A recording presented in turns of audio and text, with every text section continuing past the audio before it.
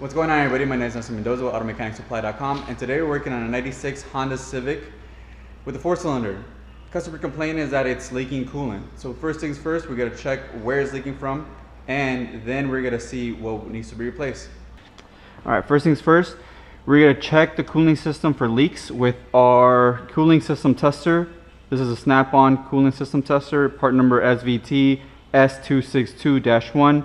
with the adapter that goes for this radiator, part number TA38C. You can pick these up anywhere. You don't have to have a snap-on one if you work on just your own cars. But if you are doing this professionally, I recommend you buy a snap-on one because it's the best one. All right, first things first, you take off the radiator cap. Just be really careful because it's hot and you can burn yourself. Put the adapter on there.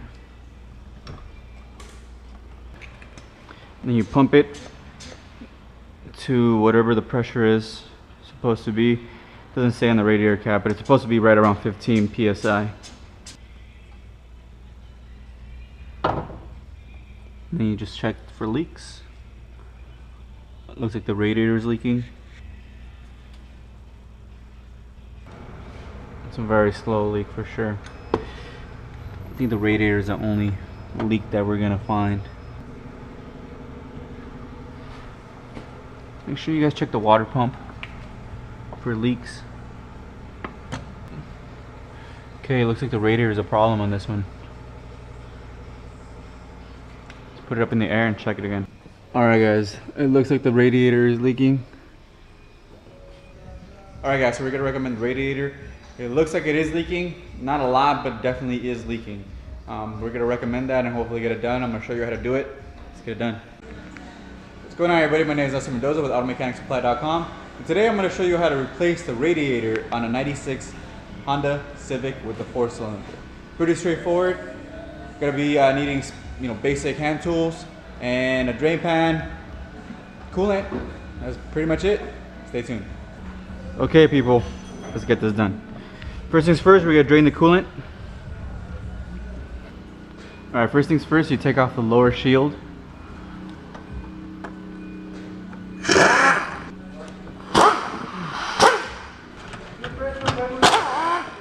Well, make sure the regulator is connected. These inserts, guys, make sure you save them.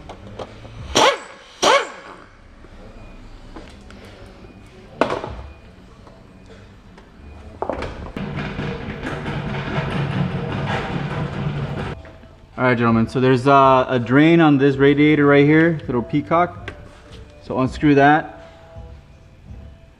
and then you're gonna have a bunch of coolant come out. Make sure the radiator cap is off so the all the fluid comes out.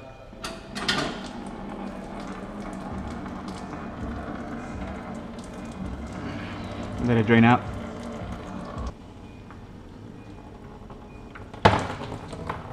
Now we're going to remove the transmission lines.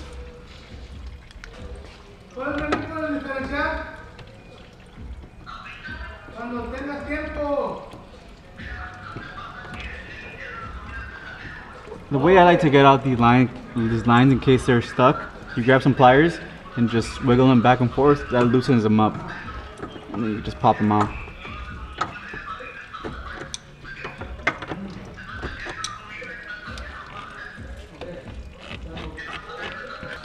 Before you take these lines out and you make a huge mess, I have some of these hose pliers that will keep it from leaking. If you don't have these, just use some vice grips. It's the same thing.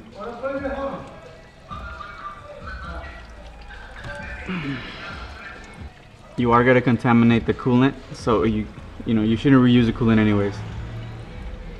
Let's get this hose out of the way.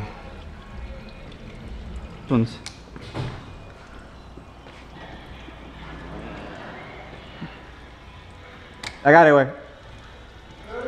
Yeah.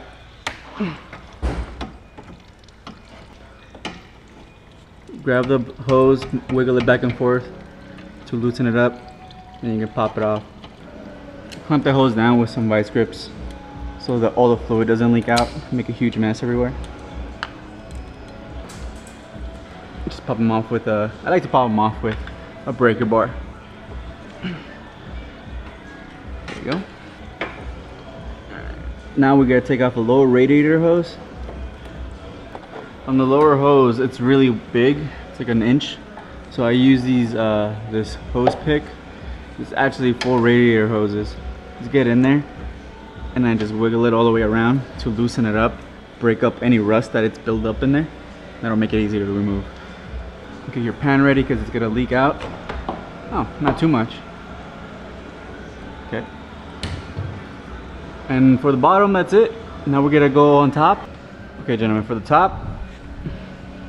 Okay, for the top of the car, we're gonna have one clamp that holds on the radiator. We're gonna remove the reservoir tank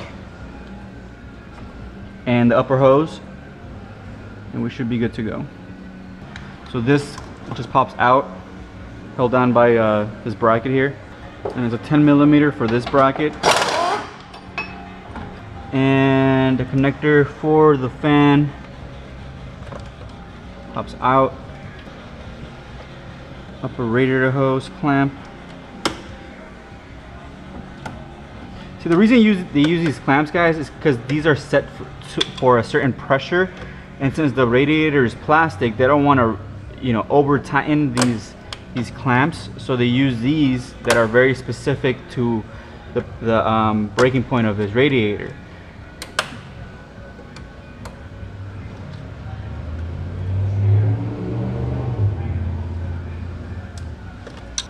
So again, I use this pick all the way around the hose to get it off, break off all the rust. Makes it easy to pop off. Let's get this out of the way. The radiator pops out. Alright guys, make sure that these rubber grommets are still on the radiator. If they're not, they're going to be on the bottom of the frame. If not, they're going to be in your drain bucket. So once we get the new radiator, we're going to remove the fan, transfer over to the new one, transfer over these grommets, and that's it. Make sure you guys pick up your sample pair of auto mechanic gloves at automechanicssupply.com. You get a free sample pair to try on before you buy a whole box. I know how much it sucks when you buy a box of gloves and they don't fit. So we try to cover it by getting you the right fit before you order the entire box. automechanicssupply.com. Okay, so it came with everything minus the grommets. So we gotta make sure we put the grommets back in there. It came with the radiator cap. It looks good. Fins look good. Alright. So the old one, we're gonna take off the fan. 4 bolts. 10mm.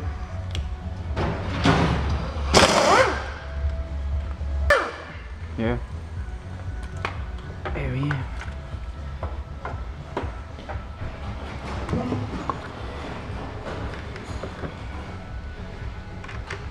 Make sure it's facing the correct way, because the top holes for the fan are enclosed and the bottom ones have a horseshoe.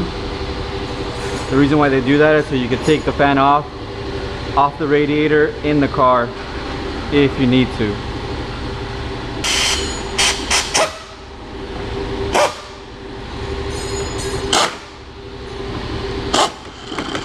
Transfer over the grommets.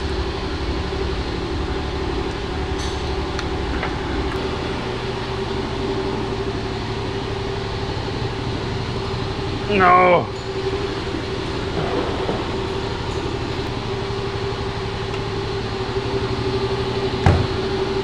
Make sure you put the grommets back on the body. Make sure the peacock is closed. A lot of times I've seen them where these things are open and you put in fluid, freaking leaks out from the bottom. Slide in the radiator. Just be careful. You don't want to damage the pins. Oh, make sure you take off the tags.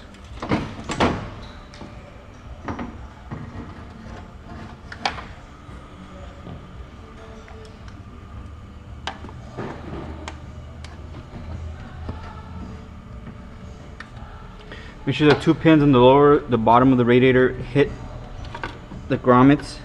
They sit in nice and properly. There you go, perfect.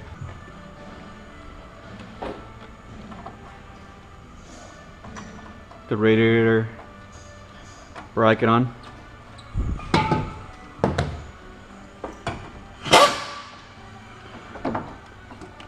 Connect the fan.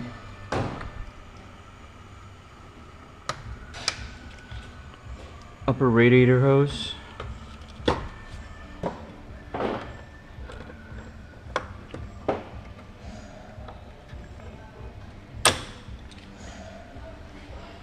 I like these pliers. I cut a little groove in them so they'll catch the hose clamps right there.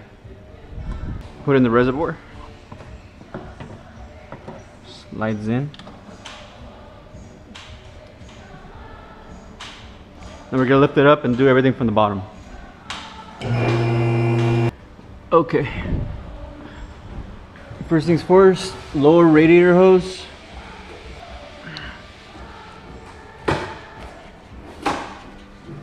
See, at this point, guys, it's a good time to change out the radiator hoses and a bunch of the other stuff. But the customer doesn't want to replace them at this point. But it's a good idea to do it at this point. Always recommend lower hoses, upper hoses, transmission flush, everything. Because it's already kind of come out anyways. It's going to be cheaper for the customer too. Alright, hose clamp back on. Transmission line in.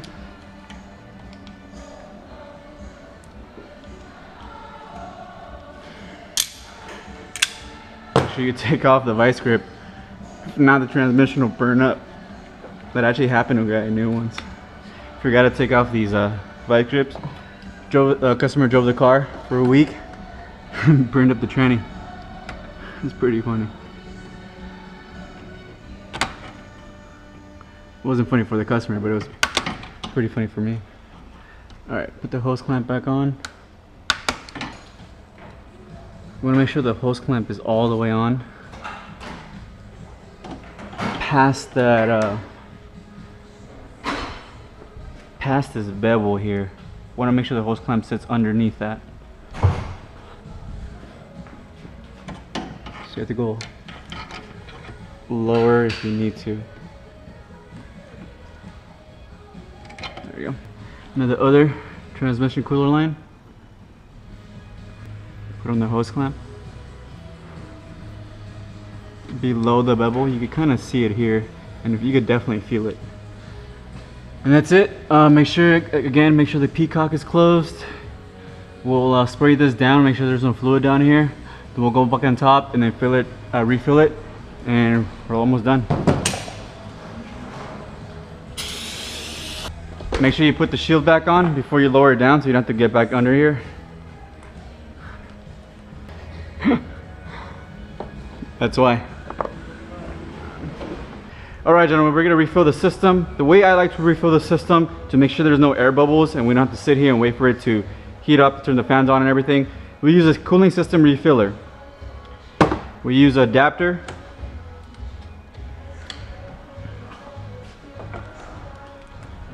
And we use a refiller. And what it does, it pretty much sucks out all the air inside the cooling system and refills it. Pretty much puts a vacuum on the system, kind of like when you do AC. You put a vacuum on the system, make sure all the air is out. On AC systems, that's really important. On cooling system, is not too important.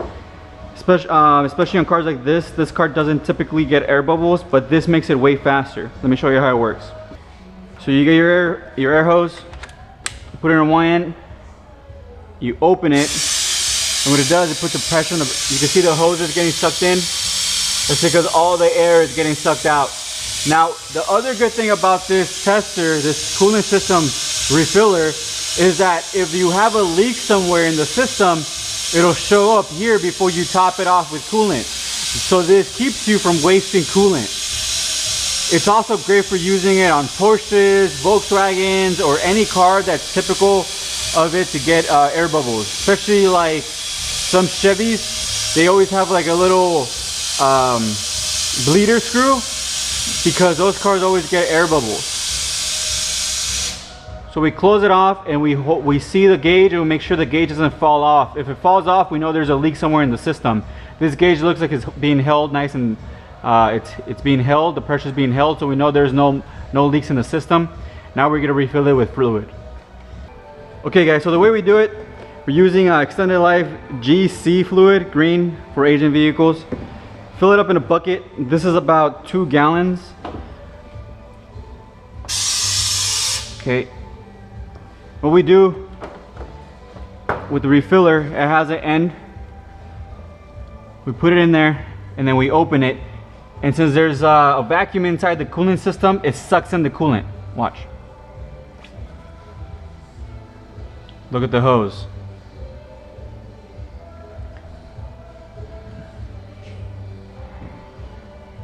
The gauge is coming down.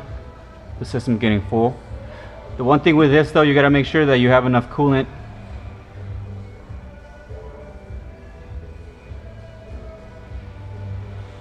Look at the hose. It's getting full.